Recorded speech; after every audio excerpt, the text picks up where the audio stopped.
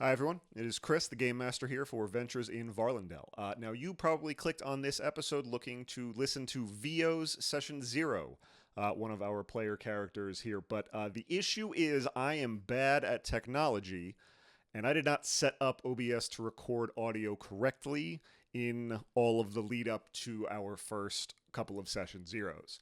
So I actually only have one audio track that combines Foundry, my own microphone, and Discord, which is unfortunate. So just wanted to give like the forewarning that the first three Session Zeros for VO, Oswald, and Reynard will all have some wonky audio. You should still be able to make it through, but I wanted to give the forewarning. I will put one of these in front of each of the other two Session Zeros. But so my voice will be relatively quiet, unfortunately. The music for Foundry will be much louder than intended, and my friends' voices in Discord will also be slightly louder than intended. For the second half of our Session Zeros, which we will record next week, we should not have this issue. Everything should be solved on the OBS side, but I just wanted to give you the heads up so you're not going, well, why does this sound different? I'm bad at this. I apologize. So anyway, please go and enjoy VO's Session 0. He did it. He went crazy. Let me close this and close this. All right, who rolled the lowest for the Me. D4? Got a 1. I got a 1 for VO and a 1 for Oswald. I would like you both to roll another D4, please. Oh, shit. Don't tie. We doing rollies to start it out. Stop tying! What did I say? One more time. One more time. Ooh. God damn it. One more time. This is just impressive, honestly. Yo. Okay. So, Okay. we will be doing VOs first. Let me pull this up so I have the information. And we can head over here. We will wait for that to activate. You guys will load in. Yeah, that makes sense. Mm-hmm. So I downloaded all of your RAM. No, bro. $1,800 on it. I needed that. Oh, It's like 2 gigs. 9 megabytes. Yeah, that was tough. Ryan, are you in? I am. I see the table. Okay, so we're all here. Everyone can see the table? No, no, like you're yeah. still living. Okay. Yeah. So the only thing is that I don't have like battle maps for these backstory sessions just because we're going to be running through them relatively quickly. There will be some checks that you guys will do in order to decide some stuff in your backstories, but you guys more or less know your stories to some extent. We're just kind of going to run through them so that you can have the chance to kind of play with your character a little bit, figure out if you want to do accents or how they want to have what like their demeanor is, that kind of stuff. So we'll probably sit pretty much on the loading screens for a little while, but they'll at least be moving and somewhat interesting. Hopefully Mike will... If other people are going first, I am more than happy to just, listen in as this is going if I can't say. Jordan, what's going on? What up? Go, bitch. I am dead, but I came here to listen. Bitch. If someone else wants to stream, so my latency isn't skyrocketing, that will... I can... No. Yeah. Just so Jordan can watch if he wants to watch, unless he just wants to listen. Oh, I would love to table. watch. Thank you. All right, you can see Mike? Yeah. Wonderful. I got eyes. Okay. Cool. Let's jump into it. Let's...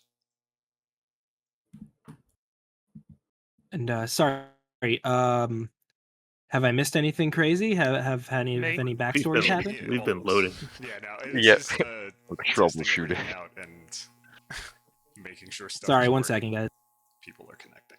We're straight troubleshooting right now. Shoot trouble. Yeah, exactly. Sorry, I'm back. I apologize. My How dad could needed you? something. Okay. What? So Am I right? let's start.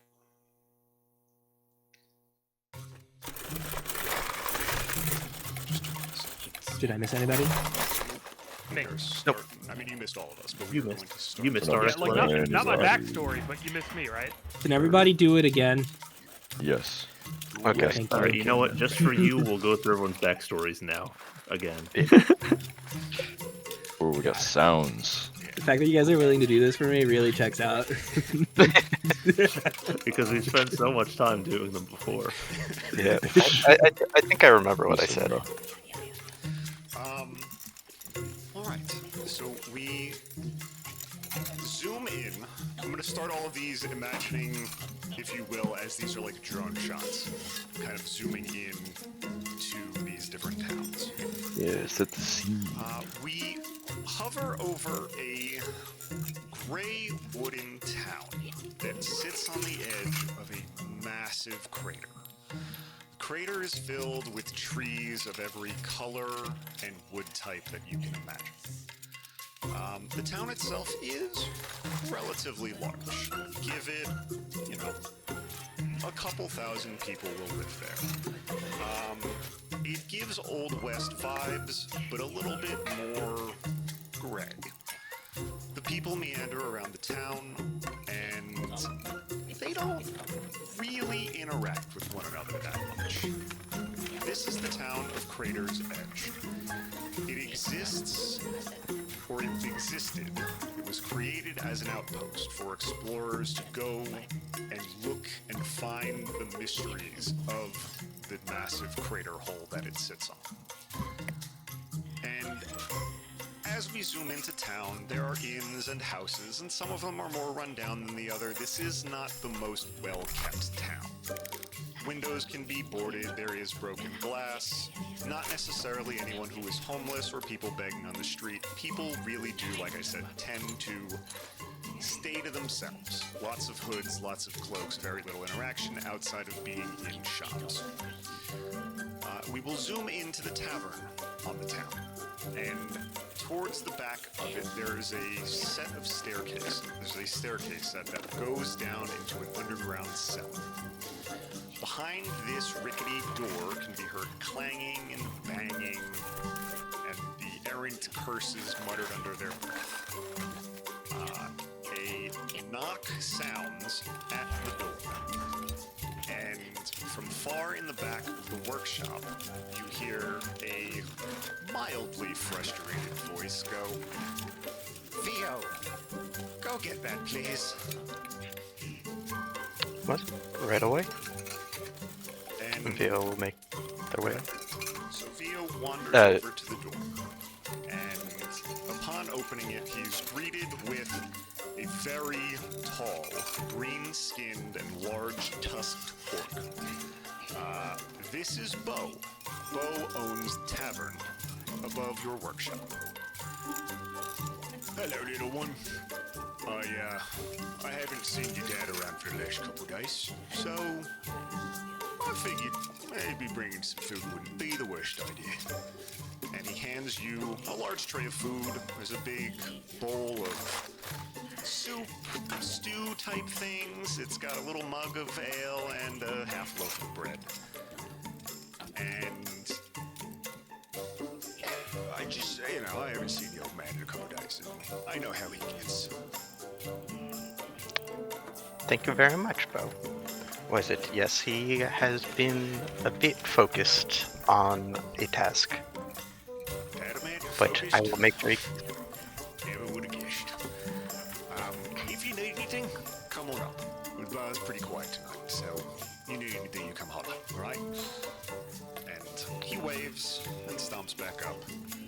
And you return, and you bring food back, and you find into a very cluttered workshop. This has been your home since you have come into existence. And a very small, bedraggled, kind of crazy-haired, gray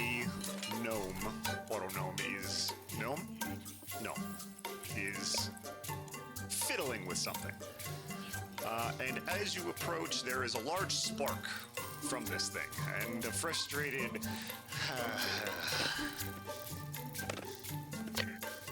Father, I believe it's time for you to take a break.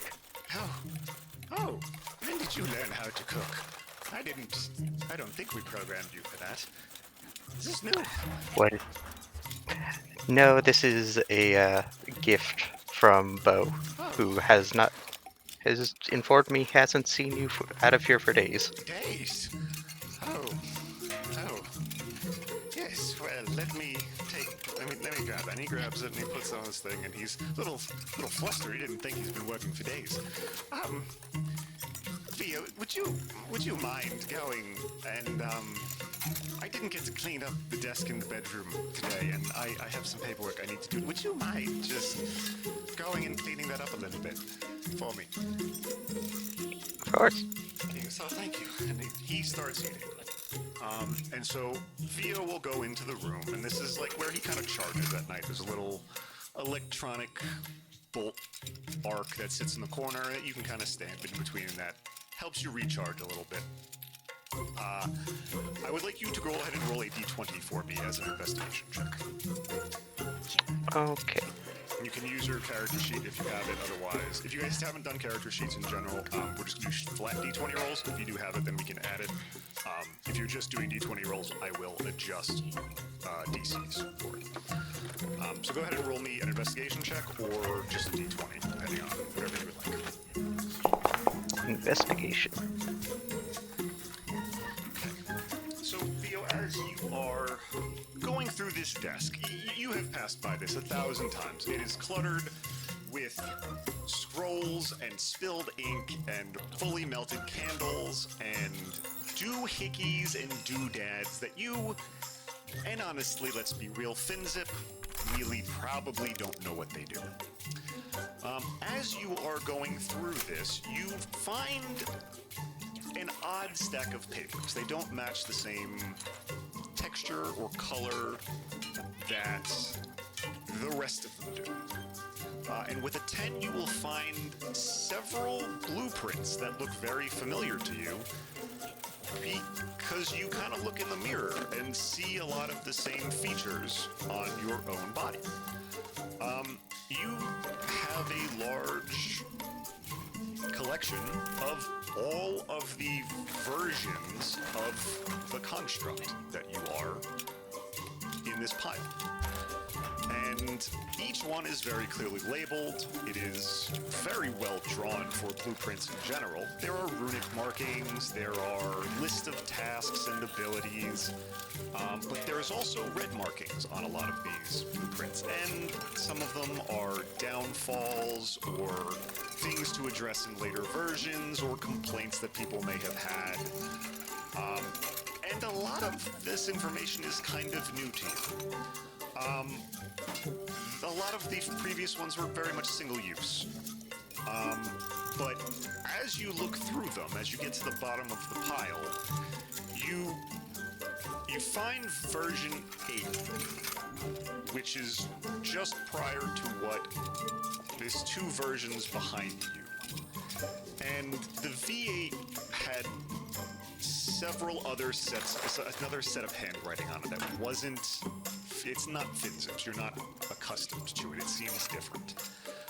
And then when you look at the V9, which is your predecessor, you see a much more hectic image. There is the name Santar written in the top corner in like red paint with a line through it. There's something called the Dornwick Incident that's like, kind of like the title is there, but the information below it is smudged. And there's stuff about like the word profit with a question mark is written on it, and altruistic is written and scratched out. With a 10 investigation, you kind of get that there's some information here that you don't know about. You haven't seen this before. And as you're reading through this, you hear from the other room, that's so much better. And the empty tin can hits a cutting board. or a tray rather, and you hear that Finzip has finished his meal. With the information that you have, you go out and you bring that V9 paperwork, the blueprint, out to him. Go ahead. Father, Yes. can How can I help you? was it? I was hoping that you could tell me a bit more about these. Why did you find those? Give me those. And he swipes them out of your hand. This is very out of character for him. He's always been very careful around here. This is new. Nothing. It's the past. We don't talk about the past. We don't talk about the people of Dawnwick. We certainly don't talk about Santar. There's nothing there. I want nothing to do with them. But, Father, there was a lot of information there, this either about my predecessors that I would be very interesting in knowing about. Can you make a persuasion Was roll it? for me? I can.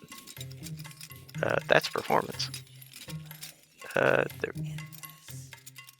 we go.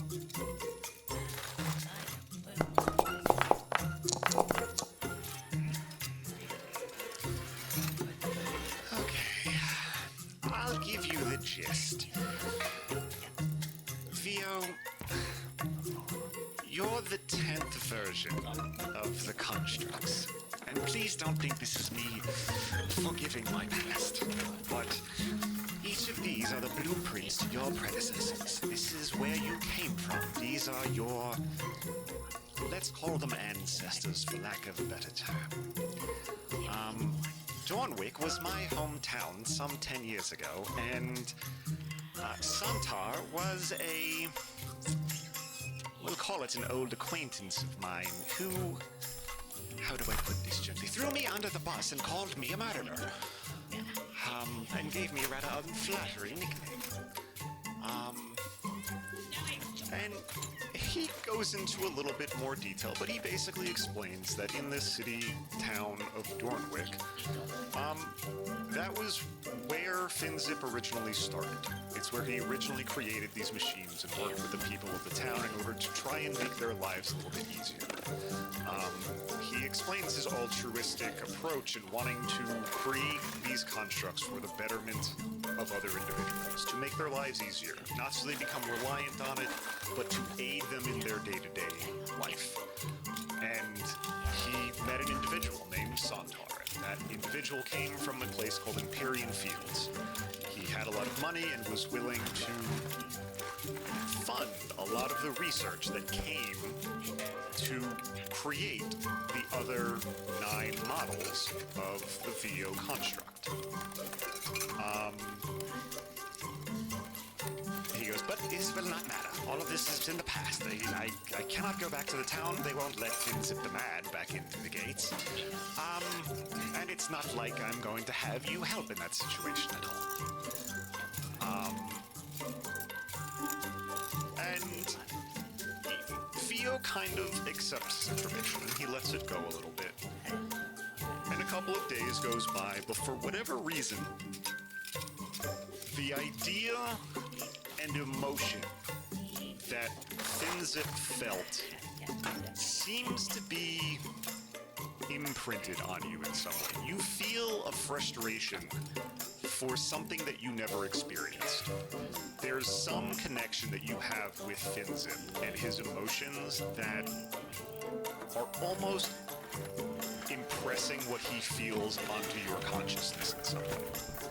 And after a couple of days of kind of wrestling with it, you go and approach him and go, Finzip, I would like to learn how to be useful in some way. And you argue back and forth a little bit about your primary uses and what Theo was meant to do. But you're persistent, Theo. And you finally wear the old man down enough. He goes, fine. I'll teach you how to sneak around. How about that? That's an easy start. And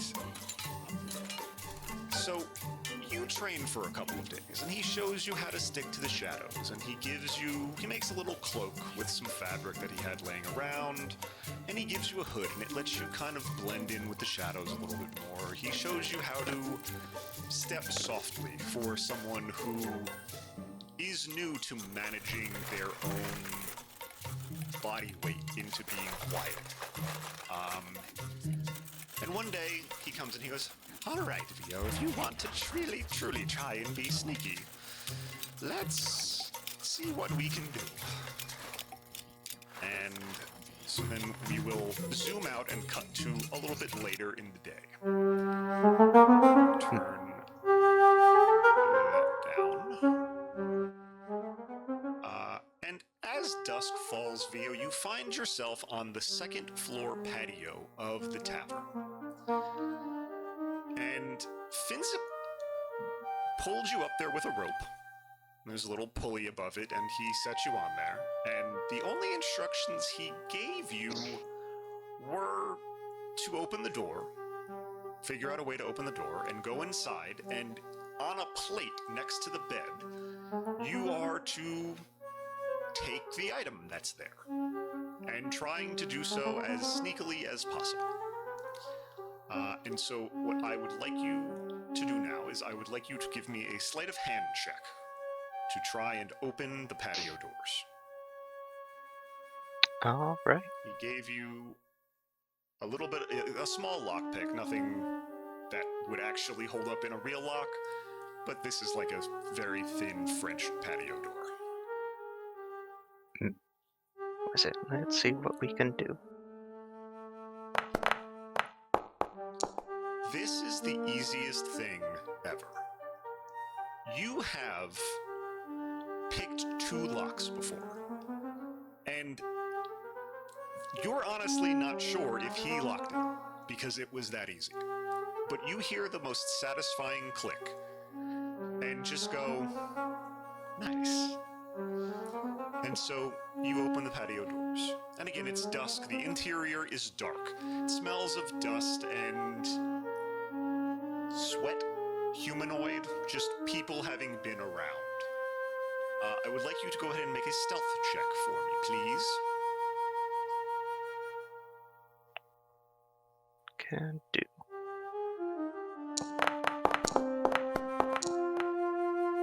All right, 23 is very good. You take what Finzip taught you. He taught you that staying in as dark of clothes as you can and sticking to shadows and avoiding, hardwoods or metals that might clank, sticking to carpets or padded areas is very useful. You make your way around the room, and this is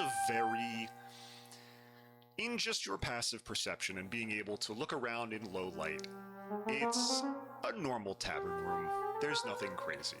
There's a secondary room that you make your way into, and there is no disturbance. You are as quiet as a mouse. And I would just like you to make one last check for investigation, please. Was it? Pinzip made this a bit too easy. Muffled from the closet, you hear, and with a 21 investigation plus the 23 stealth check, you deftly make your way across the room. There is not a peep or a creak from the wooden floorboards or any of the creatures that exist in this room. You make your way over and you find a shoddy tavern plate with, honestly, a pretty good-looking roll of bread on there. And you pick it up. You were not expecting this to be bread.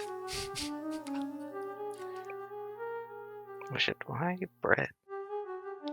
And at that moment, Finzip kicks open the closet door, and the lights come on, and he goes, "Well, why not bread? Bread's great." And Why is it? It is great, but I don't need to eat. I do. And he goes over and he grabs the bread, and he goes, he bites, and he goes, "Bo, thank you for your help, but we didn't need you. He was good." And on the other side of the room, waking up from the nap that he accidentally fell into, is the large green orc in a unfitting blonde wig. And as he like groggily scratches his eyes and he goes, Was I even necessary? I see. Very necessary, I think. And looks at Finzip. Fitzip is indifferently eating his bread, and Bo just goes, I'm gonna believe the robot. And he just takes the wig off and chucks it across the room. He goes, I'm going back downstairs. And Bo leaves, and you feel good. You feel impressed. You feel like you have impressed Finzip. Not for the first time, but you feel like you made a difference in this. And so we'll zoom out, and you spend the next, honestly, couple of years continuing to hone these skills. And as this goes, Finzip, while acquiring materials from Crater's Edge and traders on the road, does slowly upgrade you. He makes you a little bit quicker, and he makes it so your steps don't make as much noise, and he does eventually give you some small daggers, just in case you need them. And after a few years, we'll say that you kind of come to a place where one day you are in the tavern, and you're helping Bo. You're cleaning dishes, whatever. And as you're cleaning, a group of individuals come in. And Bo goes, give me a moment. Theo, let me deal with the riffraff. And he goes to the other end of the bar, and the three adventurers sit down, and they're talking. And two of them keep looking over at you. What are you? Washing the glasses. What are you? I am Vio. Oh. And the larger of them goes, I'm Ted. And the leader goes, shut up, Ted. Vio, what are you? What? You just clean glasses? Is that what this is? At the moment, that's what I'm doing. And the third one is giving you a weird look, and he goes, he's one of those constructs. Remember we was over in Varlindel, and there was some guy who had one in the bar who was cleaning glasses too. You're not from Dawnwick, are you? You weren't there when they all went crazy, right? Dornwick. Yeah, all the robots in the town went crazy, and then fancy elf Sonder, whatever his name is, came in and saved the town, right? Drove out, but fucking, what was his name? Nibble Fizz. Ted, what was his name? It was Finzip, the Mad. And you go, that's what it was. It was you're one of the good ones though, right? We don't have to worry about having to, fight you at the end of the bar, right? Was it Finzip or Vio trying to not start some? We'll say. Yes. Good. What was it? There will be no problems from me. Good. Though, Well, tell me, do you mind, just so we have another thing to tell here at the bar, more about the Durnwich? What happened in Durnwich? oh, yeah, it's a great Ted, you tell the story. You're the better storyteller. Oh, right. And, so the Dawnwick incident happened about 10 years ago. And there was, Fiznip. He was some sort of, inventor that lived in the town. And he made you, an earlier version of you, that, cleaned dishes or did laundry or swung a pickaxe, that kind of stuff. And he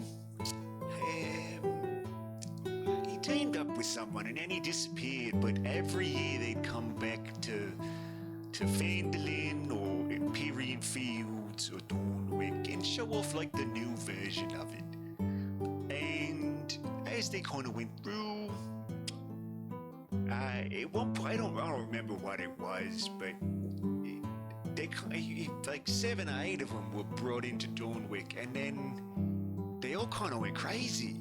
There was one in the mines and one in the tavern and one in the forge and one in the bathhouse. There was a bunch. And they all just kind of started beating on people and stealing stuff and breaking tables. And it was something. And then, so that all happened. And then the Sontar, the elf guy, the Sontar, he's very well known in Imperial Fields. His stuff is really cool. He came in and he put this giant antenna in town and apologized profusely to the people there. He destroyed those constructs in front of everyone so that they would believe him. And then he brought uncorrupted ones. He told some story about how Finzip rewired these or changed the arcane nature of them to cause chaos. And I think the people ran him out of town, but I don't think anyone's seen him in a while, honestly. So, I mean, good for him, Santar. I mean, Santar's kind of the hero in all this. I mean, he's just trying to help the people, and he saved the day from the rampaging constructs. And yeah, we just can't. You can see why we're a little hesitant. We would want to have to fight you in this fine establishment. But yeah, that was. I think that's what it was. Timeline might be a little off, but yeah, that's what happens when you take too many knocks to the head. Is it? Veal will just kind of nod and just say, well, thank you for providing that information. You're welcome. If you ever want to hear the story about the whorehouses, I can also tell those. And Bo goes, all right, that's enough. We're not going to get into this. And cuts him off and he goes, Vio, you're good. I appreciate all the help today. Thank you so much for cleaning the glasses. Let me serve these fine gentlemen. You go and rest. We'll see you tomorrow, all right? And so you finish, you put everything away, and then you head downstairs. You check. For the first time, you notice that you check to make sure you're not being followed, because something's not adding up. And so you look both ways, and then you enter into the workshop. And Fiznip is sitting at his table, still tinkering with something else. He got an odd job, and he's trying to fix something.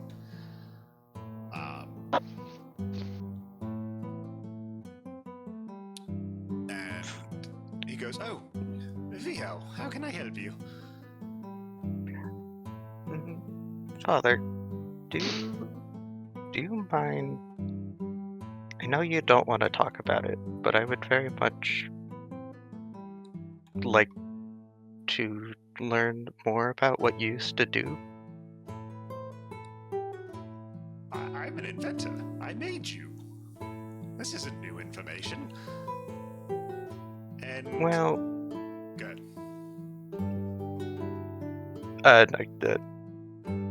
Was it Veal just being?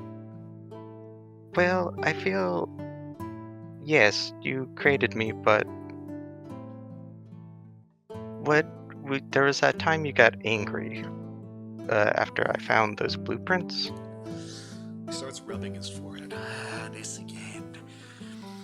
I'm not going to get away from this, am I? You're going to keep asking.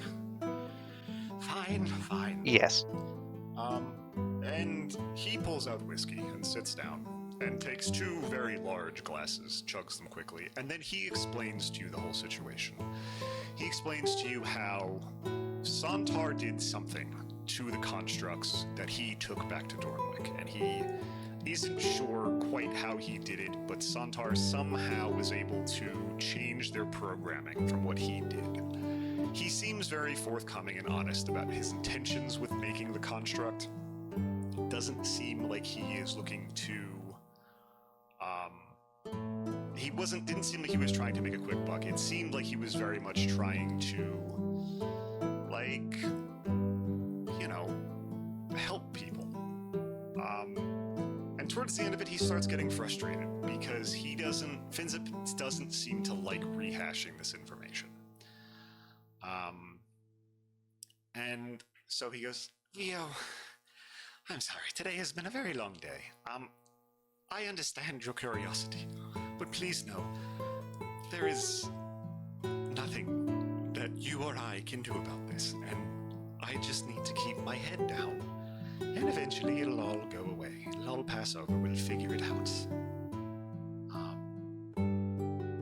But shouldn't somebody stop? Yes, someone should.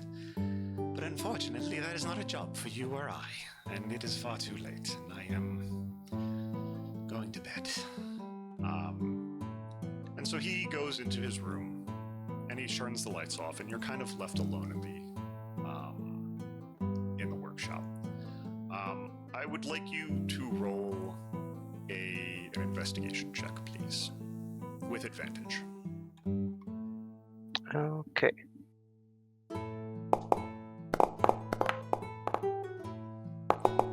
Mute for 1 second. I will be right back. He has to consult with the wisdom, bro. The ancient wisdom. Consult with the ancients. Okay, sorry, it was cupcake time. Okay. Alright, what did we roll? We rolled 21. I Or 9 with advantage. Which one was it? Yes, I think 21. I think it's a 21 and a 9. I don't. Oh wait, So- no. No, 9 with advantage. Double sixes. Yeah. So you look around in the workshop, and there's not much there. You've kind of scoured this place before. It's pretty bare bones. You're not going to find much information that you might be looking for out here. Go ahead and roll a stealth check for me with advantage. Okay.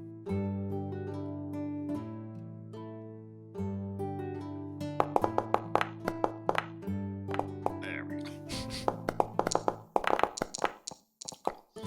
Nice. So, with a 27, you, after briefly looking through the workshop, hear the distinct sound of Finzip snoring. Just from the other room. And so you slowly open the door to the bedroom. And you use all of the techniques that you have learned over the last several years to kind of look around. And as you're looking around, Finzip kind of rolls over but doesn't wake up. You were quiet enough and he doesn't notice you. You do see something kind of shiny underneath his bed.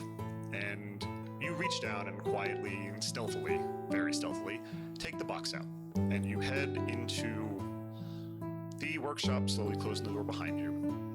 The box is not locked. It is not dusty. Or, I'm sorry, it is dusty, but it does look like there have been recent fingerprints on it.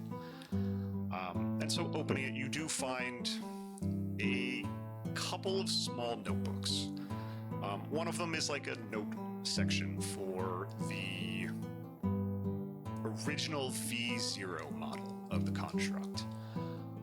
Another book is like a mental, just like check-in journal of like how you're doing. And the last one is interesting. It details much more information about what Santar did and how he could have altered the constructs and changed how it goes. And it details a lot of the information. It tells you where the workshop was in Empyrean Fields, and it tells you a lot more of the details of the stuff that Santar did and how just like devious and nefarious he was. And you gather this information and you kind of set in your mind that someone should do something about this. And in doing that, you also kind of are in that same emotional state that you had when you kind of felt Finzip's frustrations coming through you, but from something you have never fully experienced. And so you decide to set out. That someone needs to deal with this, and that this is probably what you were created for, in some small way, is to fix this. Prove that this wasn't a mistake and that your father shouldn't be branded as Finzip the Mad. And so, in the early hours of the morning, you quietly put that chest back underneath the bed, and you pack a small pack for yourself, and you head out, leaving a small note, if you wish, to Finzip, and you set out on the road. Yeah. Basically, your note probably just detailing that it's time for you to set out on an adventure, and that you believe that someone should do something about this, and that you believe you should be that somebody, and not to worry about you, and that you'll check in whenever you can. And so you set out on the road, and you have travel music. I don't know. We're going to do it, so please stay with tavern music for right now. And so you set out, and you spend the better part of a couple of weeks on the road. You pass many individuals, and I'm sorry, you're not on the road for many weeks. You're on the week for just about a week and a half, and you know that you're getting close to Empyrean Fields because you're finding much more wealthy merchants traveling the roads between the capital city of Astara and Empyrean Fields, two very wealthy areas in the country. And as you're passing through, you do hear mentions of some new factory that is being opened in Empyrean Fields. And the name Santar comes up maybe the fourth or fifth time that you hear it, and that factory opening will be in a couple of days. And so, as you're traveling, you do get into the town of Empyrean Fields, I would say 5 or 6 hours before daybreak. So very late into the night, very early into the morning. The town is quiet. There is not many people out. You take your time to explore it. You walked through the giant fields of wheat to get into town. Very opening scene of Ghosts of Tsushima, where it's very like wavy and glittery gold kind of wheat fields that, when the sun is up, pick up that light and truly are a magnificent sight. But still quite the visual, even at night with the moon, like the moonlight glancing off of it. So you wander through town, and you find yourself staring at a massive building, easily the size of 3 large houses slammed together. There is a giant, like, sign up front that says SNF Productions on it. And there's a ribbon tied across the front gate of it. And you recognize that this is most likely that place. And you go ahead and roll a perception check for me, as you're kind of circling the building, kind of just getting a feel for it. Can do. Perfect. So you wander around the 70. building 2 or 3 times, and on your second go-around, you notice that there is a odd stack of barrels in the corner behind something. There's a lot of construction material. It seems like whoever built this just kind of had a bunch of leftovers, and they haven't been sorted or picked up or anything. It would be pretty easy to get up onto the roof. And so 17 perception check is more than enough. I don't even need a dexterity check for it. You are dexterous enough to kind of very slowly clamber up this, being as quiet as you can, and you make your way up to the roof of this factory. And it is relatively flat, but there are long domed lines of windows. And again, it's very early. You do not see anything moving inside. You do not see anything moving on the streets. You can take your time. Doing so, you do find an open window. And it does lead to a catwalk below. And so you use your previously expert pickpocket skills, or lock-picking skills, rather, and you pop the lock on one of the windows and drop down onto the catwalk. In doing so, this has killed a couple of hours. The sun is starting to come up, and you think that this is your space. That you're kind of resolved now that you know that that Santar will be here. This is his factory. This is your chance to do something about the whole situation. And as the sun comes up, murmurs start to come around the town. The crowd starts to gather. People are excited. There is energy in the air outside of this building. You see some guards moving on the lower floors, but you are stealthy enough that you don't really have to worry about them seeing you much. You are kind of up in the shadows of the catwalk. No one's really looking up, nor are you moving enough to garner any attention. The people come in, they cut the ribbon, there's cheers and yells, and below you sits a stage. And on that stage is a podium with several smaller inventions, and it stands in front of a massive, factory line of giant machines. There are workers in uniform standing off to the side. This place is ready to start going as soon as whatever this ceremony is done with. And so you go through, and you're waiting. People are gathering, it's getting more intense. Something is going to happen. And so, eventually, Santar steps onto the stage. And Theo, you, knowing what you came here to do, pull out a crossbow. And you knock a bolt into it. And can you just roll a D20 for me? Can do. Because I don't want to do initiative because it's going to kind of mess with stuff, so we're just going to kind of do it a little bit awkward. 19. Perfect. And so Santar steps out, and while Finsiv hasn't trained you very much with a crossbow, you've gotten pretty good with it. There are several holes in many barrels around town that you are proud of with how accurate that you have been.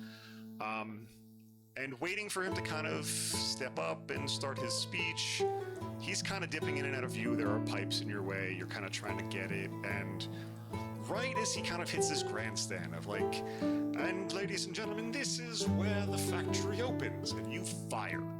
And this bolt rips through the air. And you can hear it whistle as it goes through. And it slams into Santar's shoulder. It seems like you nicked him right as he moved away. And Santar shouts from the stage, "Guards, what is happening?" As the people in the crowd start to disperse and scream and yell and dip out of the front, garage doors that were open that everyone came in through. As this happens, there is a music change, because I forgot to do that. Do the music change? Yes. Yeah. As this happens, the crowd is yelling and rushing around, and while you are attempting to reload for a second shot, if you can get one, there's two loud clangs that come from front and from your left and from your right. And as you look very quickly, you see larger versions of the constructs, several, maybe 2 or 3 feet taller than you. They are almost humanoid size, but they are much less armored and much more agile. And one of them lands perfectly, but the other one seems to have kind of not. The one behind you didn't really land perfectly. What would you like to do? I think Vio would dash and try to get distant, or either from that the one that landed badly, run up, stab it, and then try to get distance away from it, And so, thinking quickly, Vio sees that one hasn't landed in the way that they meant to. Puts his crossbow down and pulls out a dagger from his waist, rushes towards this one that had an awkward landing and slashes it across the chest. In that moment, you probably scratched some of the runes that were carved on the inside side of the chest cavity, plate armor of it. Whatever that did disrupted the magic of it, and that one kind of stutters before it just kind of shuts off, and all of its limbs go very limp. You rush past it. And as you're rushing past it, you do hear the clanging footsteps of the other one following very quickly behind you. What would you like to do? Was it knowing that he's being followed, Vio would probably whip around and try to shoot a crossbow at it to try and slow it down. So you whip around, sheathing your knife, you pull the crossbow that you've kept in your hand out, and you fire. And I would like you to roll another d20 for me. Thank you.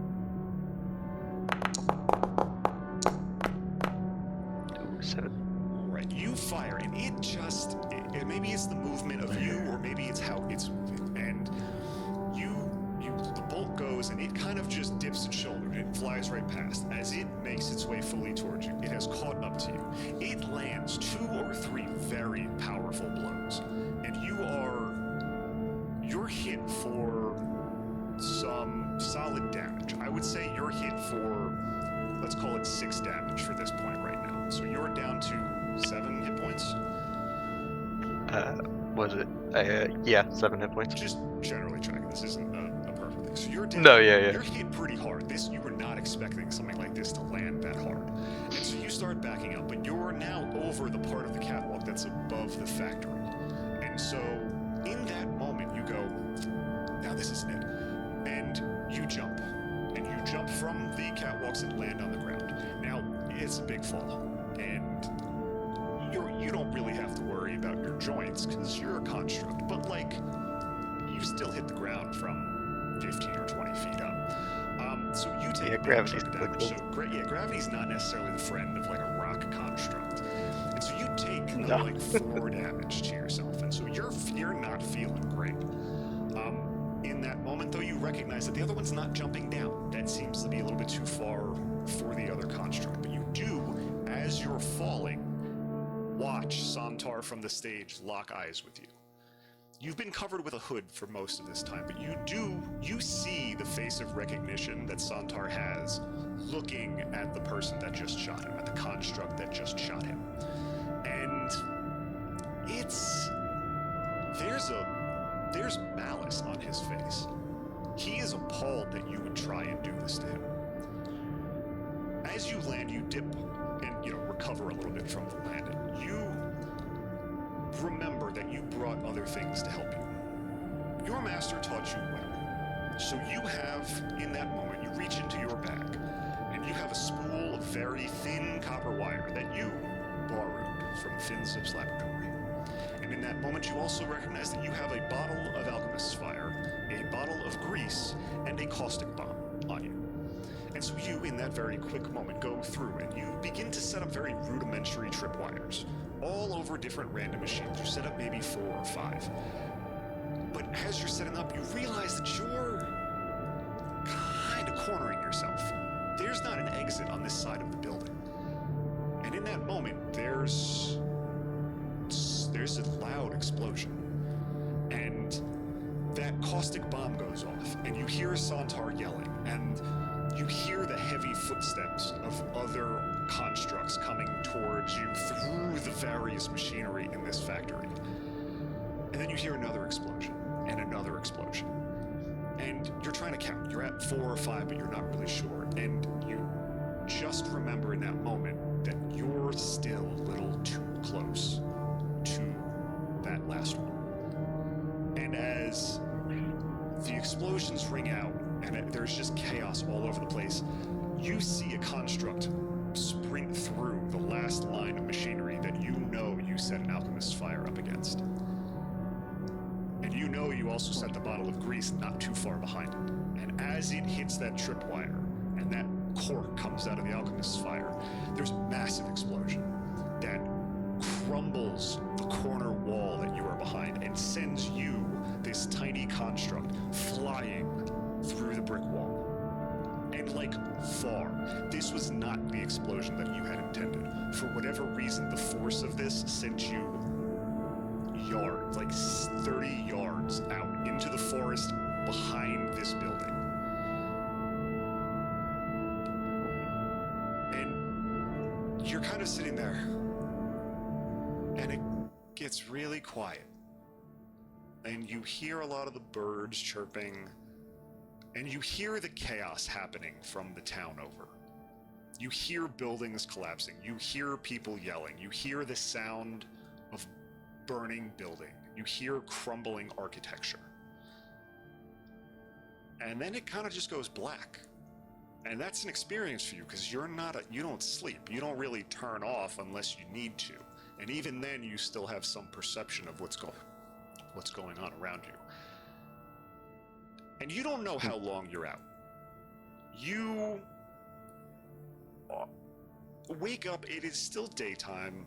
It's probably a little bit later in the day. You are battered. A lot of the improvements that Finzip put in you are broken and busted. The auxiliary things that he installed are leaking. You have cracks all over you. You're not feeling great. But there's a moment where you need to keep going. You know that you can't stay here. You know Santar saw you. And so you move out and slowly make your way through the forest. You stay off the roads, and you make your way as far out of Empyrean Fields as you can. Yo. And in the chaos that this town is in, there's not anyone really at the northwestern entrance of the town. And this has a large sign that says "Welcome to Empyrean Fields." There is a guard station, but it is unmanned. You hear yelling coming from behind you going in the opposite direction. You notice, as you're going out, that there is a notice board right by the side entrance for the town. And on there, you see a flyer. And on that flyer says the Cinder Shard Festival. And it is an advertisement, basically welcoming you to come and enjoy the city of Cor Baldur for its 849th birthday. And it's signed by the ruling monarchy of this town, of city. And you remember that there's a name from the journal that you read of Vincent, that he had a friend that lived in Cor Baldur, that he might know someone there. And then you flip the flyer over, and it has a list of all the activities that are going to be showcased at the festival. But halfway down, you see the name Tinker's Expo. And in that moment, you go, they might be able to fix me. And so you feel, after having learned how to exist, going through, figuring out how to become stealthy, asking and reliving some of the emotions of what your father has gone through, and setting out on your own to try and fix a problem that has existed for a decade. Finally have somewhere that you can go that might have an answer on how to fix this problem. So Vio, you make your way to Cor Baldur. And that's where we'll end your session. Yippee! Wonderful. Thank you. Let Yo. me Let's go. That was crazy. something again, and that's kind of just the gist of how we're going to run through this. It's going to be, again, this is going to be the most railroaded that I give you, just to introduce all of this to everyone, so everyone can kind of experience it and go through it. Let me. Yeah, I hope I didn't mess anything up. You did perfect, my friend.